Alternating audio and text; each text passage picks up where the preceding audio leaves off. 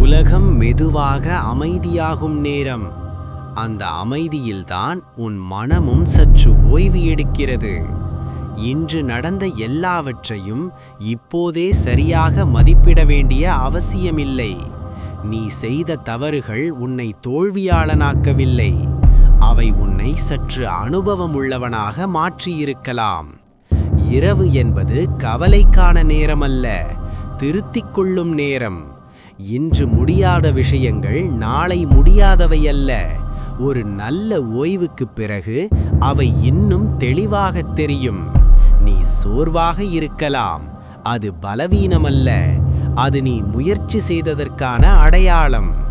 இந்த இரவு உன்னை நிறுத்த வரவில்லை, உன்னை மீண்டும் சக்தியுடன் எழ வைக்க வருகிறதே. உன் இலக்குகள் இன்னும் அங்கேதான், உன் கனவுகள் இன்னும் உயிருடன் தான்.